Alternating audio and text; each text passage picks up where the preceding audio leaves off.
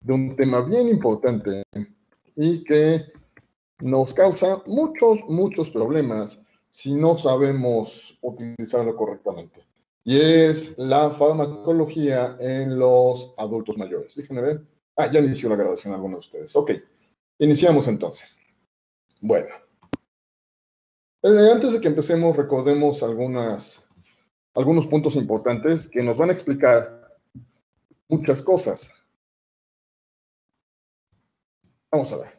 Decíamos que con el envejecimiento hay aumento de grasa corporal.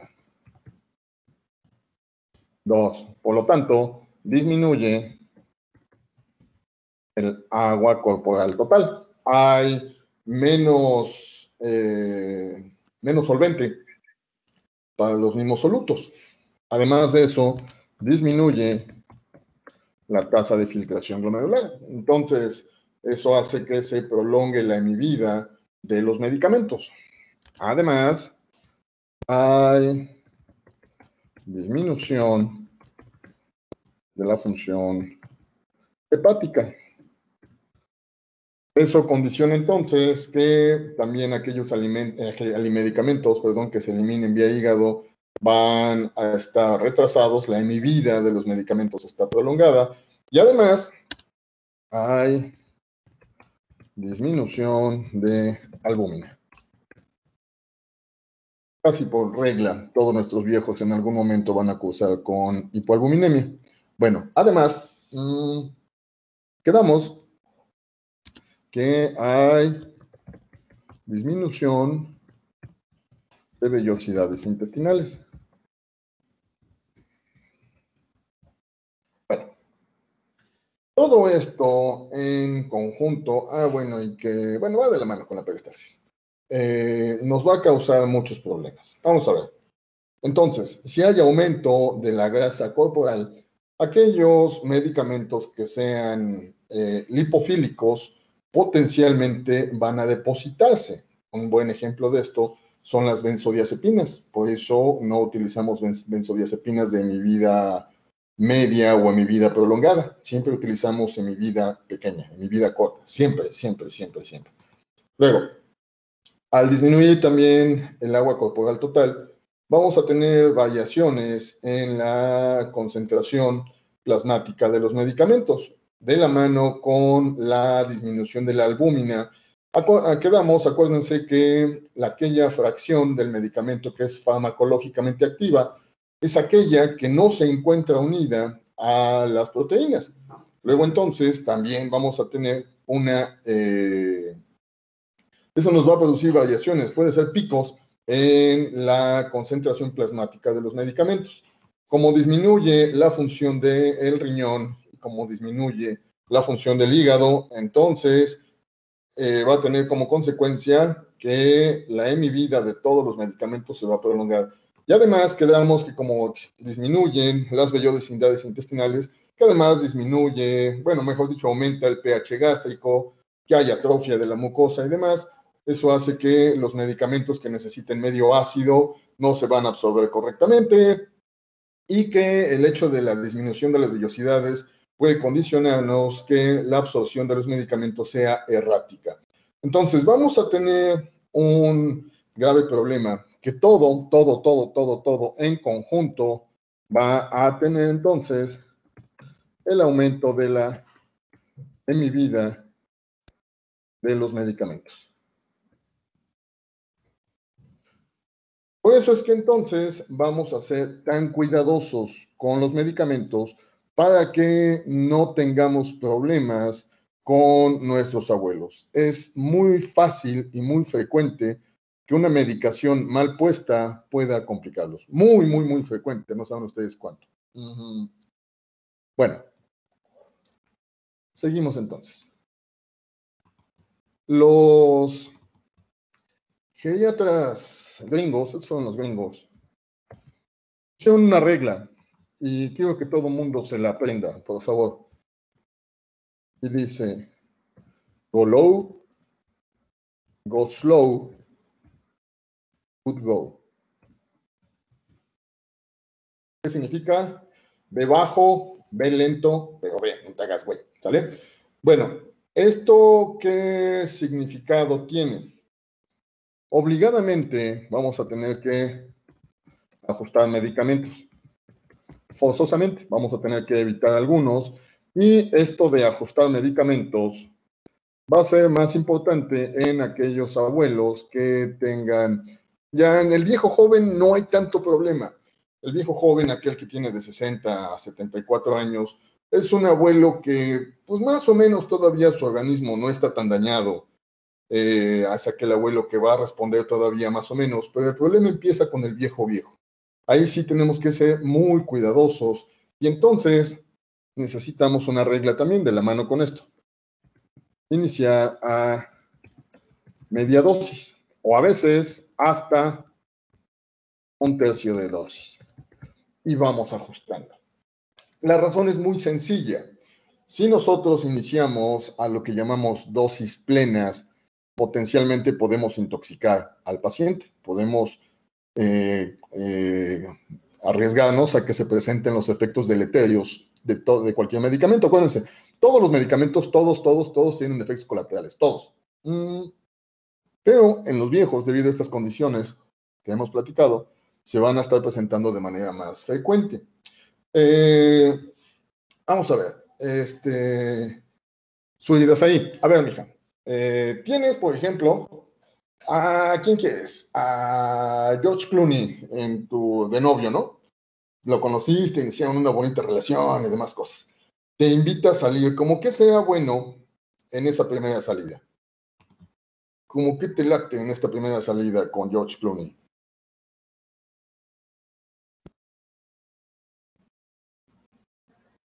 No, no estás ahí, chaparrita. Nadia, Cedillo.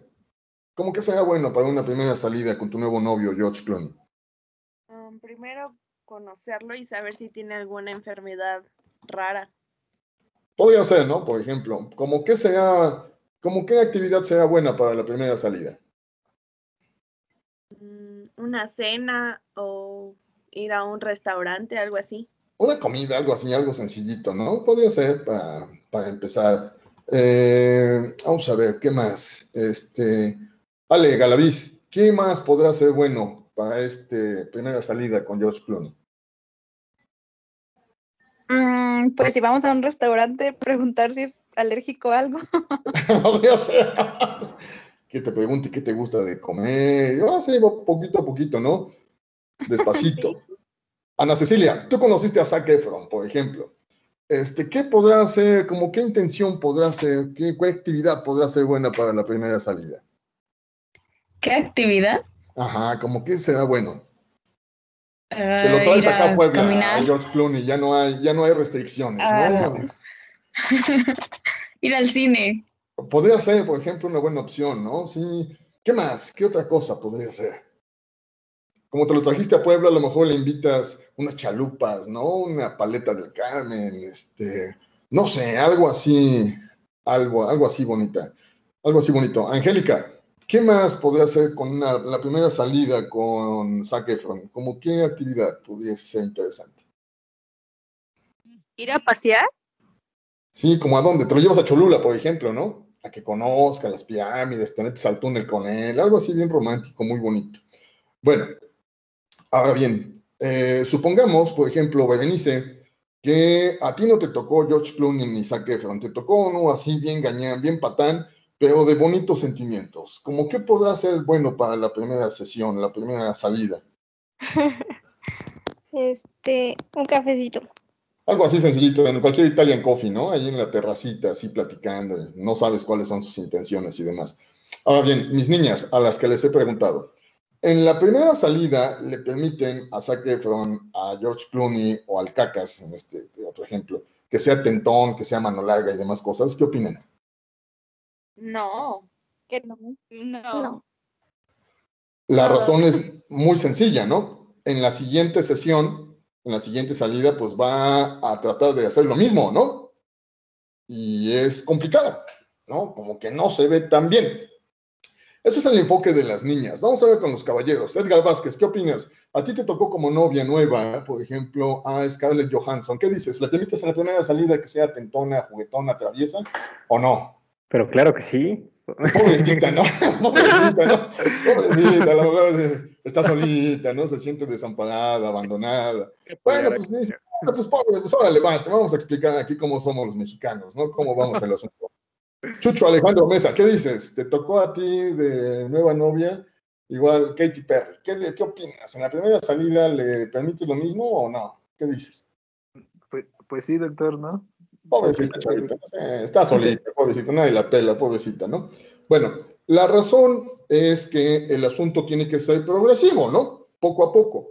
Porque si no, es más fácil, chavos, que vayamos de menos a más a que vayamos de más a menos, ¿no? Regularmente eso es una regla de vida, ¿no? Es más complicado. Bueno, ¿por qué diablos les puse este ejemplo tonto? Para que no se les olvide, chavos. Es más fácil que empieces con una dosis bajita y que vayas ajustando según la respuesta a que empieces con dosis plenas y después te hablan del hospital y te dicen, oiga, ¿sabe que ya está sangrando? Oiga, ¿sabe qué? Ya está hipertenso. Oiga, ¿sabe qué? ¿Sabe qué? Ya no responde. Y dices, ¿qué pez? Pues todo puede empezar de manos calientes con dosis plenas, se le llama. Entonces, acuérdense de esta regla, chavos. Vamos siempre despacito. Nos va a ser más fácil que iniciemos, por ejemplo, luego con los antipsicóticos y antidemencia y demás, iniciamos a 1/3 de dosis y lo vamos subiendo. Porque así entonces el paciente tolera mejor los efectos colaterales que pueda tener el medicamento y lo vamos ajustando poco a poquito. Y ya después vamos dosis respuesta. Por ejemplo, con los antidiabéticos, que vamos a platicar más adelante en un capítulo aparte. Igual, es más fácil que vayamos subiendo las dosis y que el paciente se vaya habituando, que se vaya checando la dosis respuesta hasta que encontremos la dosis idónea. Y en algún momento, de hecho, si va bien el tratamiento, es posible que tengamos que reducir. Y ok, está correcto, ¿no? Vamos bien. Acuérdense, chavos, nosotros, cuidabuelos, somos muy cuidadosos, muy meticulosos, muy quisquillosos con las medicinas. Luego por eso nos peleamos con ortopedistas, con anestesiólogos, con cirujanos, con internistas, porque ellos son muy manos calientes. Por ejemplo, yo siempre tengo problemas con los anestesiólogos y con los ortopedistas. Ellos son muy agresivos, muy agresivos, y después les producen sangrados digestivos a los pacientes, les causan delirium a los pacientes, los sedan bien cañón y no responden, y luego nos andan hablando, de verdad, chavos. Oye, ¿cómo ves? Échale una checada, ¿no? A ver si lo metemos en hemodiálisis para que salga. Pues sí, güey, te estoy diciendo, primero que nada, aguántamelo, espérame que lo estabilices y ya lo metes, o sea, no es una urgencia que le pongas el clavo en el fémur, ¿no? O sea, tranquilo, te dije que ni hacía falta, que no va a volver a caminar esa abuela. ¿Para qué diablos? Y te dije que le amarrara las manos al anestesio y que no le pusieras inhalatoria, anestesia general inhalatoria. Esas madres son lipofílicas y se depositan y la gente tarda. A mí me han hablado, chavos, para valorar pacientes que ya pasó un día completo y no salen de la anestesia, ¿no? Aquellos viejos o en aquellos longevos que de repente dicen, pues es que no sale, güey, oye, mételo en hemodiálisis, ¿no? Tú que te dedicas a esas cosas también, métele una lavadita, ¿no? A ver si sale más rápido. Entonces, hay que ser muy cuidadosos, porque, chavos, me han tocado también muchos pacientes que durante ese periodo de recuperación regurgitan, el paciente broncoaspira y se pone mal. Entonces, y utilizando esta regla, chavos, ese go low, go slow, but go, vamos a evitarnos muchos problemas. Bueno, vamos antes de que empecemos a ver las familias de medicamentos, a ver algunas recomendaciones. Vamos a ver. Luego, parecerían muy absurdas, chavos, pero luego a la gente se le olvida. Vamos a ver. ¿Cuáles son los medicamentos o qué características tienen aquellos medicamentos que se llaman XR, SR o en general que llamamos de liberación prolongada? ¿Cuál es su mecanismo de acción, chavos? ¿qué diablos hacen?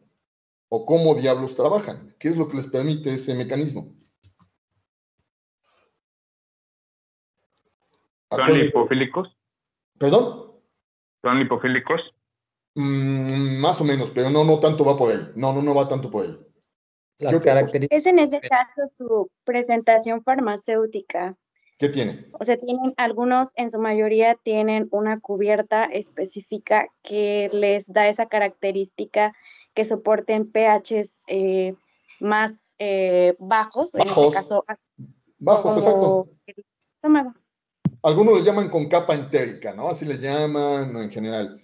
El asunto es que los medicamentos que son de liberación prolongada, hay que consultar, de acuerdo a las instrucciones del fabricante, cuál es el mecanismo, porque ahí les va la primera regla. No fraccionar. Vamos a poner con mayúsculas para que no se les olvide. No fraccionar medicamentos de liberación prolongada. A menos que el fabricante diga que no hay relevancia en eso, entonces sí lo podemos fraccionar.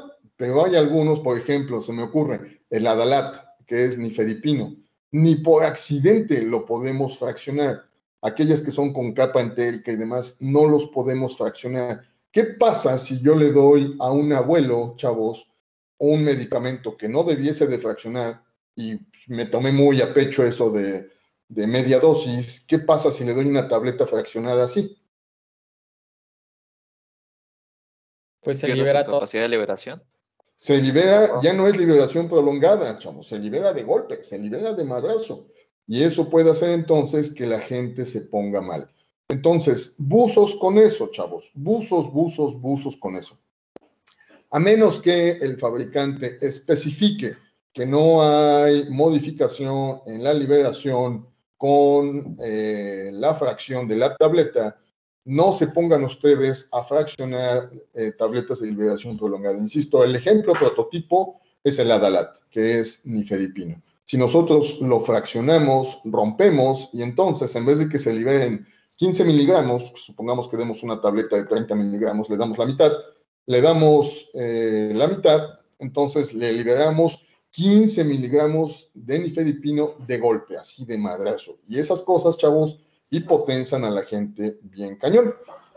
Luego, hay otra condición. Fraccionar según estado y edad del paciente. Vamos a ver.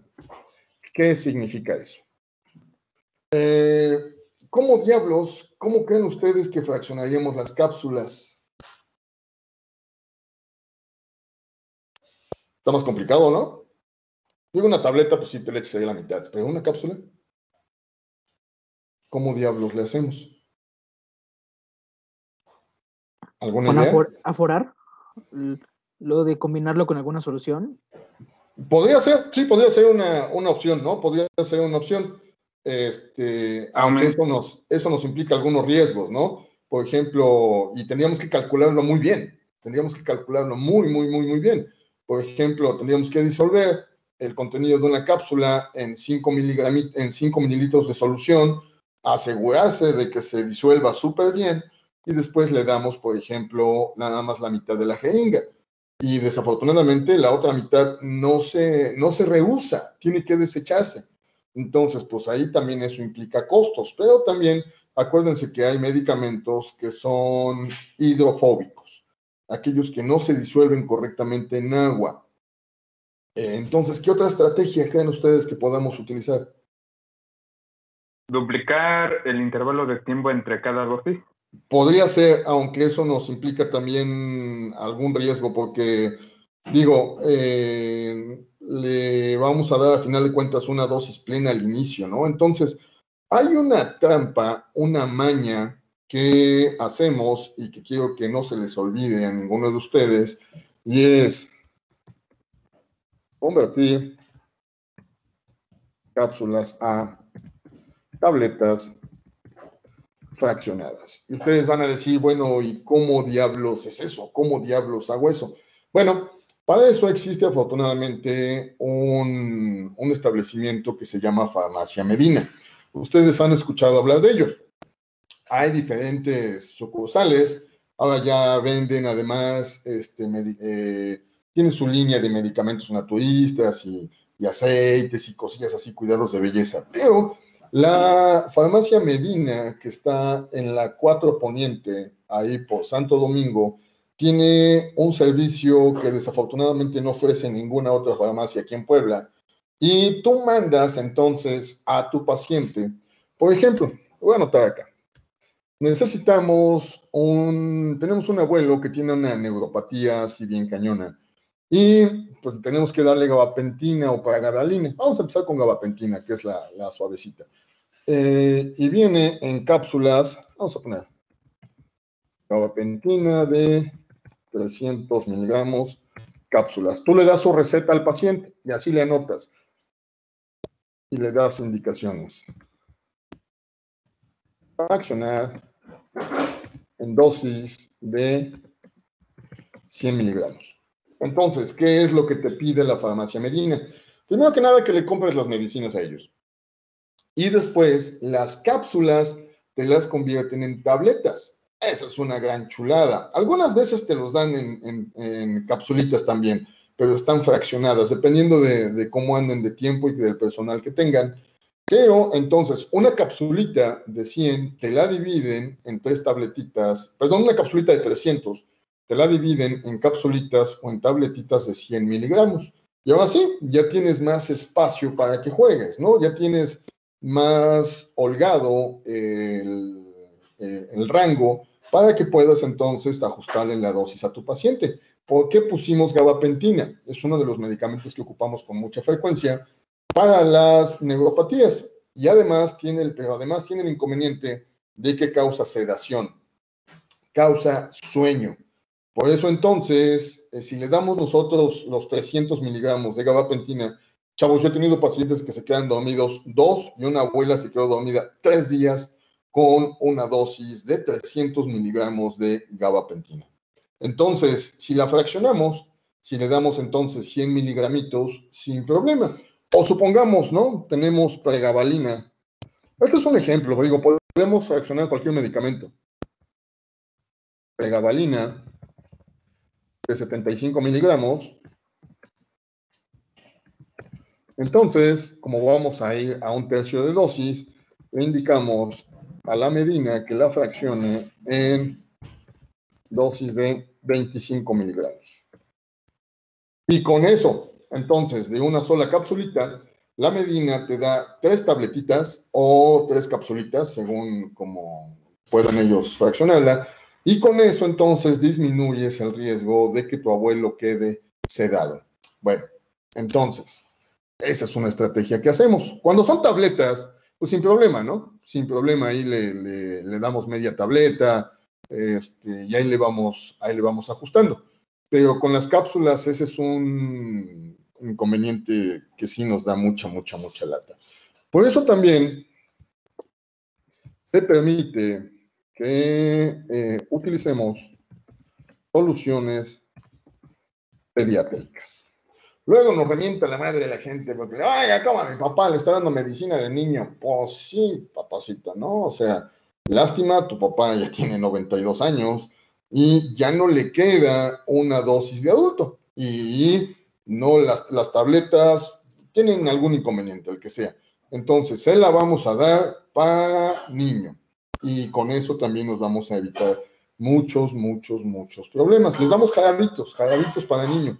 Y con eso nos funciona bastante bien. Luego, simplificar medicación. Acuérdense, los abuelos van a tener un problema de polifarmacia, secundario a su pluripatología. Entonces, tratemos de que sea dentro de lo que se pueda, lo más simple posible la receta, de modo que no tenga que estar tomando tantas dosis el paciente. Preferimos aquellas que son de una toma al día. Si no se puede, pues aquellas que son cada 12 horas y aún así tiene sus inconvenientes, Pero las que no nos gustan tanto son, por ejemplo, las tabletas, el medicamento que sea, que tenga que tomarse 3 veces al día. Digo, sí se puede, pero nos enfrentamos a algunas posibles situaciones. Una, que se le olvide si se la tomó. 2, que la duplique, ¿no? Entonces eso no es bueno. Entonces, si es de una sola toma al día, más mejor, dicen los chamacos, ¿vale? Con eso nos vamos a evitar muchos problemas. Aquí vamos a anotarle para que no se les olvide. FI, presentaciones de una toma al día. Y con eso nos vamos a evitar muchos problemas. Pero, acuérdense, todos los medicamentos, todos, tienen efectos colaterales. Todos.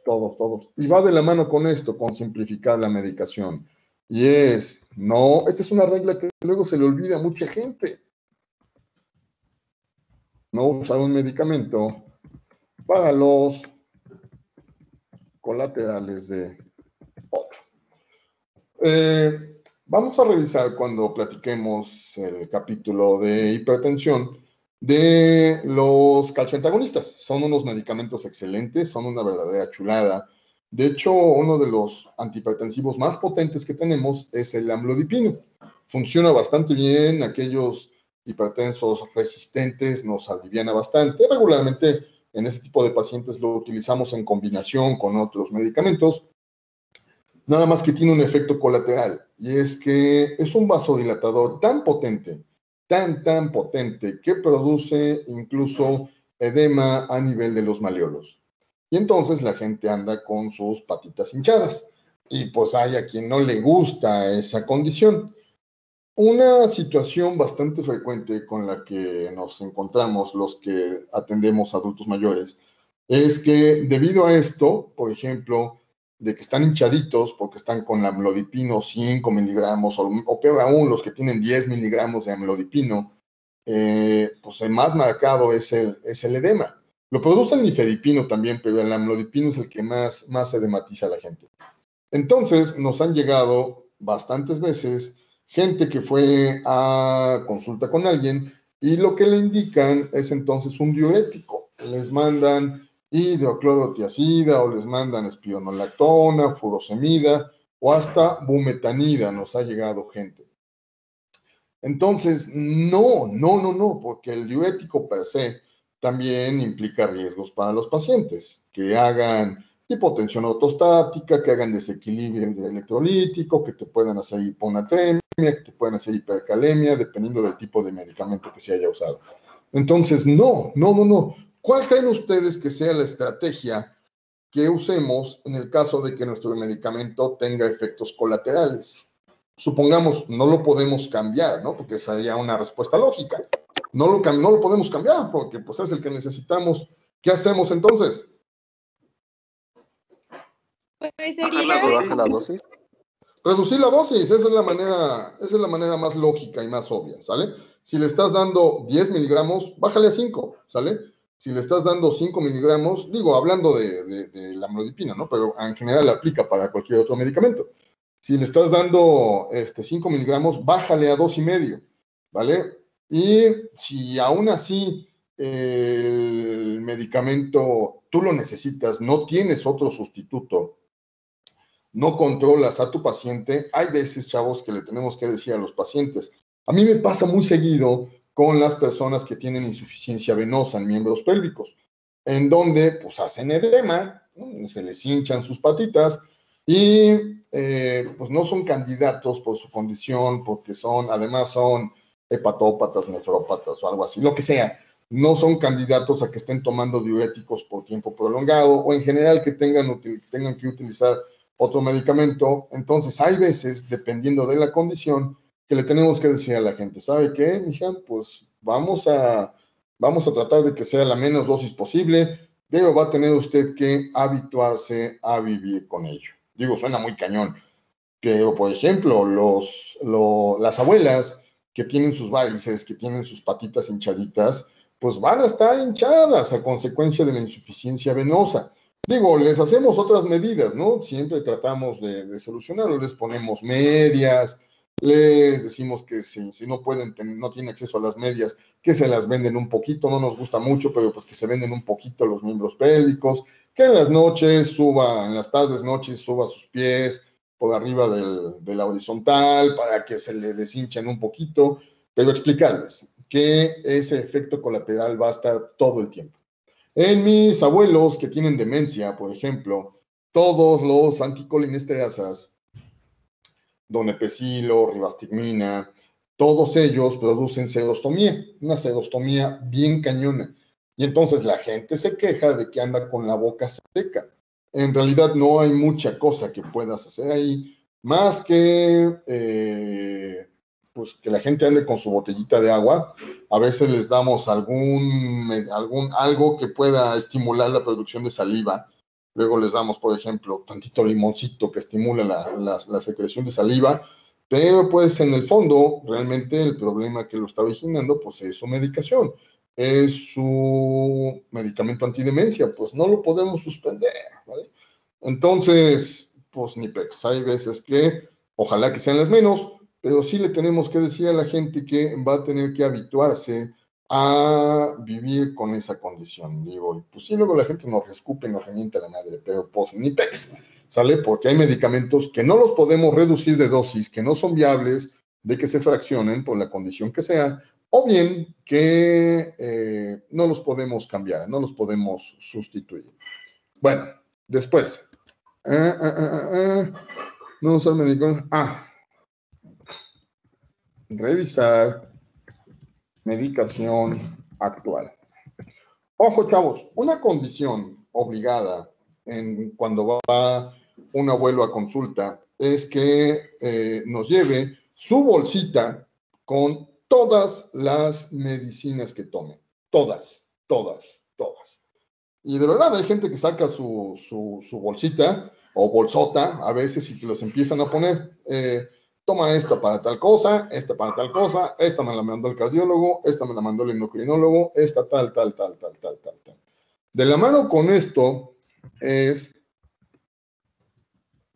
eliminar medicación no necesaria. Acuérdense de esta regla, ¿no? Entre más simple, más efectivo. Tengan, sin embargo, chavos, mucho cuidado si no son ustedes expertos en el tema, en el área, y en general, tengan mucho cuidado con aquellos medicamentos que sean para el corazón o para el riñón o aquellos que sean de efecto neurológico. Hay que ser muy cuidadosos porque hay algunos que no se pueden quitar tan fácilmente, ¿vale? Porque si a lo mejor le quitamos, a lo mejor pensamos, no sabemos, a lo mejor el abuelo no nos ha dicho, pero tiene ahí escondida una cardiopatía isquémica, por ejemplo, ¿no? Ustedes dicen, ¿para qué diablo está tomando y se os olvide, no? Quítesela. Y madres, ¿no? Al rato ya les hablan que le está doliendo el pecho. Le dicen, ¿para qué diablos está tomando amiodarona? No, o sea, yo le escucho el corazón completamente bien. Sí, igual está bien porque está haciendo su efecto el medicamento, ¿sale? Pero hay que ser muy cuidadoso, muy cuidadoso. Pero dentro de esto, chavos, luego se van a encontrar cuanta cosa, ¿eh? Hay gente que toma suplementos alimenticios, gente que toma medicamentos porque se los regala la vecina, que porque es lo que le toma el hijo le dio también, que es de cuánta cosa.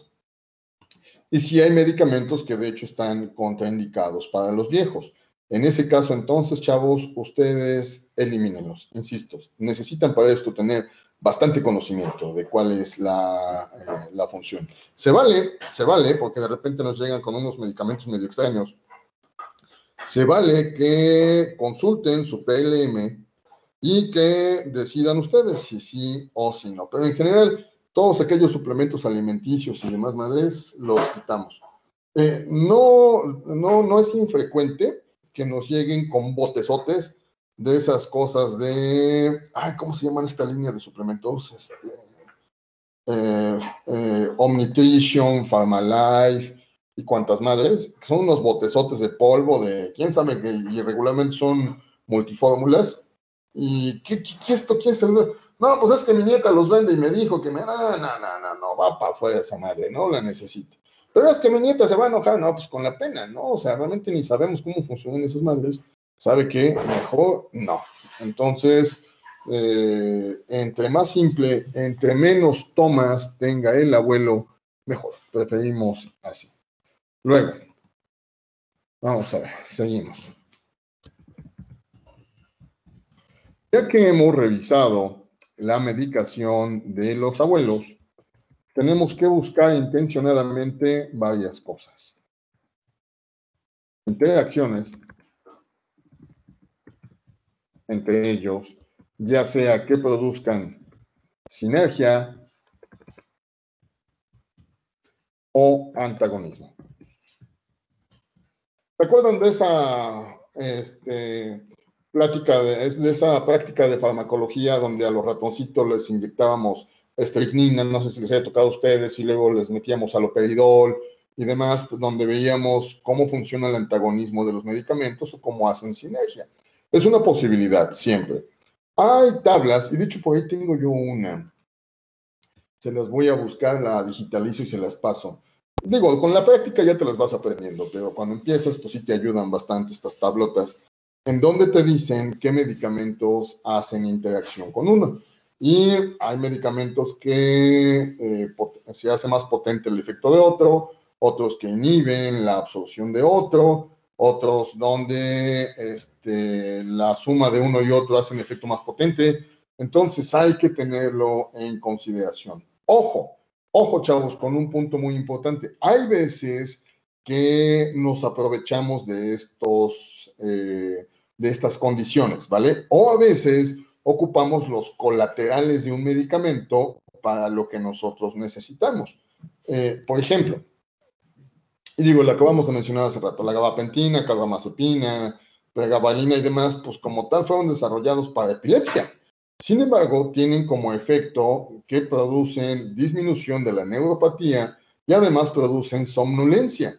Entonces, en abuelos, en quienes no tienen acceso a una benzodiazepina en gotas, o bien quien ya hizo adicción y necesitamos quitar el medicamento o algo así, le damos alguno de estos fraccionados para que le induzca el sueño, por ejemplo. O si no, la gente que tiene insomnio inicial, platicaremos de eso después, les damos a lo mejor 100 miligramitos de carbamazepina y con eso la gente duerme rico, y pues solucionamos un problema. Nada más que, dicho sea de paso, la carbamazepina, aunque sea a dosis pequeñas por tiempos prolongados, condiciona también osteopenia.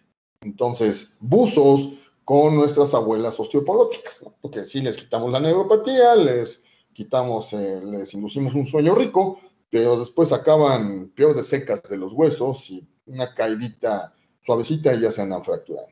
Buzos con ese asunto. Eso nos lleva al siguiente punto entonces. Todo medicamento que cause sedación, todo, obligadamente va en la noche, forzosamente. Eso incluye entonces a las benzodiazepinas, a la gabapentina, pregabalina. Hay algunos que no ocupamos en los viejos, como son los relajantes musculares, pero si por alguna extraña razón tuviésemos que utilizarlos, van en la noche y fraccionados a la mínima dosis posible. ¿Qué diablos, qué efecto creen ustedes que hace? ¿Qué riesgo hay si le damos algunos medicamentos de estos a la gente durante el día? ¿Riesgo de caídas? Exacto, el riesgo de que anden sedados, de que anden dormidos, pues nos aumenta la posibilidad de que se caigan. Y digo, la gente joven como ustedes, pues nada más se cae, se sacude y ya, sin problemas, ¿no? Pero en nuestros viejos existe el riesgo de fracturas, chavos. Y muchas veces con una fractura inicia lo que se llama, que habíamos platicado, fenómeno de bola de nieve. Es un evento, a veces algo sencillito, que hace que se pierda la homeostasis tan frágil, tan delicada que tienen los abuelos, y de ahí se vengan todas las complicaciones que desafortunadamente muchas veces acaban en el fallecimiento del abuelo. Entonces, por eso, chavos, por eso no los damos así. Hay un medicamento, ya lo platicaremos cuando veamos el manejo de la hipertensión. Son muy pocos, pero la prazosin produce síndrome de primer uso. Entonces, induce una hipotensión bien cañona, bien cañona. Y entonces también, esa es una regla, y la platicaremos más adelante. Cuando se inicia, y de hecho no es un medicamento de regla que iniciemos en ellos, pero cuando se inicia prazosin, es un antihipertensivo bastante potente. De hecho, sería uno de los antihipertensivos ideales si no tuviera el síndrome de primer uso y además una hemivida muy pequeña. Tenemos que utilizarlo cada 8 horas, entonces eso no nos gusta mucho en los abuelos. Pero de esa manera, utilizándolo la primera vez en la noche cuando el abuelo se va a acostar, ya prácticamente acostadito, tiene que echarse su tabletita con un cachito de agüita y con eso más que suficiente. Entonces, para que si le hace síndrome de primer uso, pues va a estar acostado y va a descansar hasta rico, ¿no? Y ya las siguientes dosis ya las podemos dar durante el día. Digo, son cosillas que iremos revisando poco a poco. Luego, parecería muy absurdo, pero sobre todo en los viejos, en aquellos pacientes que son ya dependientes, es obligado que se lleve un registro de la medicación, para que ahí se anote cuál se le dio y cuál no, y cuál falta. Esto es especialmente importante cuando más de una persona cuida al paciente, para que no salga con que pues ya no sabe si se la dieron, no se puede comunicar con él y dice, pues se la damos. O igual de pecado es que no se la den, que se omita una dosis. Entonces, los pacientes deben de llevar una libretita en donde anotan toda su medicación. He tenido pacientes que incluso tienen su pizarrón y van palomeando. Y ahí tienen la hora también, a las 6 de la mañana, a las 8, a tal, en el desayuno, en la comida, tal, y van palomeando. Ya que acaba el día, entonces, lo borran, o al siguiente día, antes de que empiecen, borran todo, y otra vez vuelven a... O si no, para que no haya el problema de que se borra el registro, entonces en su libretita ahí le van anotando. El problema es que hay gente a la que le da hueva estar anotando toda la medicación, ¿no? O también tengo pacientes que lo hacen una vez, lo imprimen y le sacan copias o lo dejan impreso, la tablita, ya lo van palomeando, y tengo familias que hasta van anotando quién se lo puso, así tipo hospital, ¿no? ¿Qué enfermera se lo puso? Para que no exista problemas de que se omita o se duplique una dosis. Eso es para el paciente que es dependiente. En paciente que es funcional, se recomienda también usar pastillero. Eso nos va a ayudar mucho. Algunos pastilleros incluso están separados por días. Hay pastilleros por días, pastilleros por cada hora. Y hay algunos que tienen hasta su navajita para que se fraccione la dosis. Pero en general, nos gusta mucho que la gente use su pastillerito, porque además así ya se da cuenta de cuál se tomó y cuál no. Y también son muy útiles cuando la gente sale. Cuando van a algún sitio, no van a estar necesariamente en casa, entonces la gente se lleva su pastillerito con una dosis adecuada, de acuerdo al tiempo que vaya a estar afuera, y entonces pues tengo abuelos que están, bueno, ahorita porque no salen, pero estaban en ese programa de la Casa del Abue, ahí por el Museo del Ferrocarril, y entonces esos abuelos una vez al mes, paréceme, se los llevan de viaje, y pues ahí ya entonces ya se llevan su pastillerito, y es muy cajeta porque luego se andan prestando pastillas entre ellos, ¿no? Ay, se me olvidó mi losartán, yo te paso, yo traje de más. Muy cajeta, escuchamos platicar. Y pues de esa manera evitamos entonces que la medicación se duplique o que no se administre una dosis. Hay de medicamentos a medicamentos, ¿no? Pero sí, de repente, si omite un antihipertensivo, si omite un antidiabético, pues sí pueden complicarnos las cosas. Bueno, de la mano con esto, ya mencionamos algo, pero debe existir comunicación entre cuidadores. Hay veces que es en la misma familia y es más fácil, pero no siempre pasa así. Hay veces que va una enfermera en la mañana, otra en la tarde y un enfermero en la noche, o el enfermero está en la noche nada más. Diferentes posibilidades. En ese caso se recomienda que entre ellos se pasen los pendientes. Una condición cuando estamos en hospital, chavos, es cuando te entregan la guardia a tus compañeros, ¿no? Y te dicen, ¿sabes qué? Falta tal, tal, tal, tenemos pendiente con él tal, tal, tal, y hay que hacerle esto, y buzo con esto, y te entregas los pendientes. Más o menos algo así deben hacer los cuidadores. Si no, ¿sabes qué? Falta que evacúe, falta que tal, falta que esto, le van a tomar mañana laboratorios, lo que sea.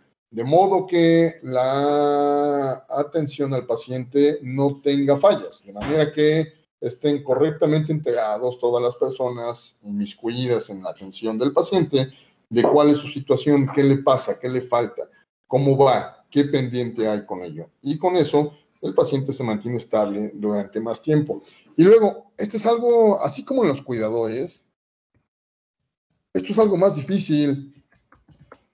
Cuando es más de una especialidad la que ve al paciente, idealmente debe de existir también comunicación entre médicos. Esto es más difícil porque hay a veces egos muy grandes, ¿no? Y desafortunadamente nosotros que vemos al paciente de manera integral. ¿Perdón, hija? Se le activó el micrófono a uno de ustedes. Nosotros que estamos habituados a ver al paciente de manera integral, somos los que luego tenemos que andar lidiando con los ajustes que hizo el cardiólogo, con los ajustes que hizo el ortopedista, con los ajustes que hizo medio mundo, ¿no? Y pues al primero que nos hablan es a nosotros, ¿no? ¿Sabe qué? Ya no evacuó. Pues, ¿qué le dieron? ¿No? Es que el gastroenterólogo le dio loperamida cada 8 horas. Carajo, pues es una dosis bien alta, ¿no? Pues fue lo que me dijo. Pues sí, tienen razón los familiares, ¿no? ¿Y ahora qué hacemos? No, pues ya no se la dé, ¿no? Ya no se la dé, vamos a ver qué tal, dele tal, y vamos qué tal, pero de momento ya no se la dé. Mañana, no, pues primero que evacúe, ¿no? O así, cuánta cosa. Entonces, pues idealmente, yo tengo la ventaja de que, pues casi siempre cuando necesito interconsultantes, todos ellos son mis cuates, ¿no? Y entonces ya cuando surge alguna duda, me preguntan o yo les pregunto, ¿no? Oye, ¿sabes qué? Se me está hipertensando, le voy a bajar los líquidos, ¿no? Le voy a bajar las aminas, le voy a bajar la infusión, se la quiero poner a tal, ¿cómo ves? No, pues que sí, échale, ¿no? Y ahí vas a estar con él, sí, voy a estar un ratito, sale. Entonces, bájale y ves, y si no hay PEX, déjala a tantos, órale, va, sale. Y de esa manera trabaja uno más bonito, es más armonioso cuando trabajas así. Pero también de repente luego hay por ahí uno que otro mamón que se siente casi esculpido por la mano derecha de Dios y te dice, oiga, doctor, ¿sabe qué? Me late que esta dosis está muy alta, ¿no? ¿Qué le parece si le bajamos tantito? Como que usted, yo tengo más experiencia, no seas mamón, ¿no? Yo sí, de repente me ha tocado 2, 3 veces, afortunadamente han sido pocas, en las que dice uno, pues con la pena, porque este güey está en su casa bien jetón y el que anda aquí viendo y arreglando las cosas soy yo, entonces le voy a tener que bajar la dosis, ¿no? O se la subo, o se le ajusto, o se la quito, según sea cada caso. Pero en general, cuando trabajas con tu equipo de cuates, es más fácil. Y de esa manera, pues también te evitas complicaciones. Bueno, no hemos acabado, nos faltan muchos puntos y tengo que ir a pasar visita ahorita. Entonces, ¿dudas de alguno de ustedes, chavos? Algo que no se haya entendido bien hasta este punto. Todavía no acabamos, ¿eh? Hasta este punto y de esto que hemos revisado, ¿alguna duda? No, doc. ¿Cualquier cosa? Yo tengo una pequeña, doc. Dime. Por ejemplo, usted nos había dicho que es común en estos pacientes como que su carácter sea un poquito más como feo. Sí, son más reacios, ¿no? Son más gruñones, más enojones. Ajá, entonces, ¿cómo podemos hacer para que ellos sean un poco más cooperadores y pues no nos hagan tan difícil su cuidado? Bueno, pues esa es una parte bien complicada. Mira, yo siempre lo he dicho, mija, y eso pasa frecuentemente y es casi obligado con los pacientes con demencia, ¿vale? En esos pacientes son bien difíciles de cuidar y pues literales son como niños, ¿no? Y es bien difícil. Aquí el juego se llama paciencia, insistir una vez, otra vez, e ir despacio, ¿sale? Y tratar de convencerlos. A mí me han tocado pacientes, chavos, con demencia, y recuerdo mucho el caso de un abuelo que tenía demencia y tenía además enfermedad renal crónica, y tenían que llevarlo a hemodiálisis 2 veces por semana. Un pobre abuelo de 89 años con demencia mixta, un proceso degenerativo, más aparte un proceso vascular también, había tenido infartos y demás. Y los hijos lo engañaban al pobre abuelo. Digo, dentro de las ventajas, pues es que tenía demencia, ¿no? Se le olvidaba que iba a la hemodiálisis, pero sí de repente pues, les preguntaba, ¿para qué tengo esto? No, pues acuérdese, papá, que tiene usted una enfermedad, se refería al majurca en el cuello, ¿no? ¿Y para qué? Entonces le engañaban, porque pues además ahí los tienes que tener sentaditos 2 horas y media, 3 horas, que no se muevan y demás. Entonces, pues sí nos causaba problemas, porque luego lo llevaban engañado al pobre abuelito, ¿no? Entonces le decían, vamos a consulta, o vamos a ir a ver a tu hermano fulano. Y cuando empezó con esto, pues no estaba tan avanzado y todavía medio se acordaba. Y se ponía pues, casi chillar conmigo. No, pues es que mis hijos ingratos me engañaron, me dijeron que íbamos a ver a mi hermano fulano. Y mire usted, dame dónde me trajeron, yo ya no quiero venir y demás. Poco a poco, conforme fue avanzando la enfermedad, pues el abuelo dejó de repelar, por lo menos porque lo seguían llevando, ¿no? Y para él es cada día una cosa nueva. Después, pero luego estaba inquieto en las sesiones, estaba con agitación psicomotriz y eso nos daba mucha lata. Entonces lo que pedíamos era que nos lo llevaran sedado. Entonces sí, a veces le daban su lleguecito, su toquecito de clonazepam, algo así, pues con eso más o menos, aunque ya al final pues ya se dializaba y empezamos con problemas. Entonces, sí, aquí el asunto se llama paciencia, ¿vale? Es paciencia y sí, literal, les soy honesto, chavos, hay veces que pues engañamos a los abuelos, pero lo hacemos no por mal plan, sino lo hacemos en búsqueda del bien de ellos, ¿no? Hay abuelos que no quieren tomar la medicina, por ejemplo, pues entonces se las damos ahí a escondidas entre la medicina, luego se las damos en el yogurcito que le dan ahí, le disuelven y le echan un cachito de azuquita o algún endulzante para que se lo tome. Le he tenido abuelos que son adictos ya a benzodiazepinas y quieren estar toma y toma pastillas, ¿no? Y les dicen, oiga, mija, no, es que su papá tiene una dosis altísima, no, pues es que me la sigue pidiendo. Yo personalmente les soy honesto, 2, 3 casos sí les he dicho, ¿sabe qué, mija? Vamos a fraccionar, carbamazepina, gabapentina o alguna madre así, vamos a dar dosis de 10 miligramos, que no le van a hacer absolutamente nada, pero le van a dar a él la sensación de que está tomando su pastilla y ya. No, doctor, pero es que se da cuenta, sí, hasta eso son buzos los abuelos. No, mija, pues dígale usted que ya no encontraron de esa marca y que la tuvieron que comprar de una distinta. Y pues ahí van a tener ustedes que convencerlos. Y pues así ya les fuimos quitando el vicio, ¿no? Pues literal, la adicción a la benzodiazepina, luego se ponían locos en la noche, en fin. El caso es que sí causa mucha lata, mucho problema, pero aquí el juego, la palabra mágica se llama paciencia. Por eso les decía, chavos, en un principio, tengan hijos, de verdad. Si los hijos colapsan rápido, a veces, las personas que no son hijos, pues les vale gorro, ¿eh? Tranquilo, está más, sale, va, adiós, bye. Y la dejan así volando al paciente. Eso pasa cuando los cuidan sobrinos, ahijados, vecinos, sin problema, ¿no? Pues, sí, entonces no es mal plan, pero es una de las razones por las cuales se les invita atentamente a que tengan hijos, para que los cuiden cuando sean viejos, ¿no? Para que no haya problema. ¿Vale? ¿Algo más? Doctor, a mí me genera una duda. Bueno, no sé si lo mencionó, pero cuando dijo lo de la prazosina, que inicia el síntoma del primer uso, ¿se refiere al síntoma del primer uso a que se acentúan los efectos adversos con la primera administración? Sí, lo que pasa es que la prazosina es un antihipertensivo potente, mija, potentísimo, ¿sale? Y es de los medicamentos que te pueden causar una hipotensión tan intensa con el primer uso que te puede hasta condicionar un síncope, ¿vale? Entonces, por eso es que se usa en la noche. De hecho, si, por ejemplo, tú sales con George Clooney y ya te aburriste de George Clooney, Y dices, no, Sanfo, ya me aburrió la plática de y no te deja que te vayas.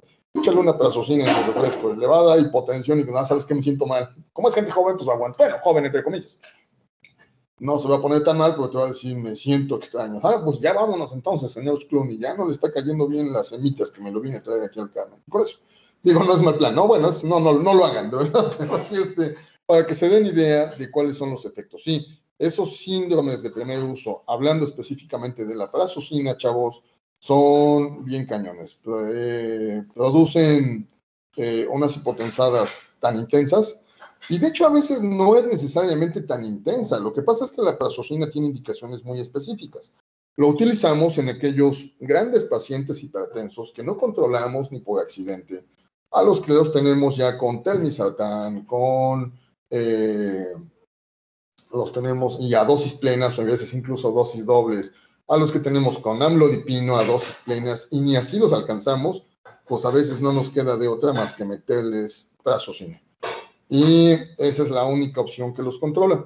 Lo utilizamos, chavos, insisto, solamente en aquellos grandes hipertensos y en estos pacientes en especial, lo que hacen no es que les baje la presión de más, se las acerca a la TA normal que le correspondería a esa gente. Pero esas personas ya se habituaron a manejar presiones muy altas. Entonces, cuando tú los estabilizas, el organismo lo percibe como si fuera una hipotensión. Acuérdense que los vasoreceptores a nivel del seno carotídeo tienen la mala costumbre de que se acostumbran. Entonces el organismo se habitúa a cifras muy altas de presión y cuando se la reduces a lo más cercano a lo normal, la gente se siente mal. Y eso pasa muy frecuentemente con la primera administración de la prazosina. Por eso es que debemos utilizarla con mucho cuidado. ¿Vale? Sin embargo, en quienes utilizamos prazosina no es en cualquier paciente. Regularmente los que lo usan son pacientes que son renales crónicos con hipervolemia y que no les controlas, de esos cardiópatas crónicos que tienen todos los vasos esclerosados, o bien gente con feocromocitomas, de esos hipertensos hasta el queque. No son cualquier cosa, ¿sale? En su momento lo vamos a platicar. Son nuestros dos últimos escalones para el manejo de la TA cuando no podemos estabilizar a un paciente. El primero se llama prazosina y el último escalón es un medicamento que no lo hay acá y que se llama minoxidil. Ese lo utilizamos, pero de nueva cuenta son regularmente nefrópatas o cardiópatas o gente con feocromocitomas en los cuales utilizamos esas cosas. No es cualquier condición, pero ya en su momento platicaremos más al respecto. ¿Sale? Gracias. ¿Quedó resuelta la duda, mija? Sí, todo claro. Gracias. Vale. ¿Algo más? Bueno, nos vemos entonces, chavos, el día de mañana. Cuídense mucho, nos estamos viendo el día viernes. Vamos a platicar un poquito del caso que les comento del abuelo que está ahí con urosepsis. Ahí va mejorando, poquito a poquito. Tiene 30,000 leucos el día de hoy. Sigue estando altos, pero vaya, está reído comparado de cómo llegó. Ahí va disminuyendo su encefalopatía y demás, pues parece que ahí la lleva más o menos. Ahí les platico luego cómo va. Sale, abrazote a todos, chicos, muy buenas noches, mil gracias por su atención. Nos encontramos en estos rumbos el día de mañana. Mil gracias a todos.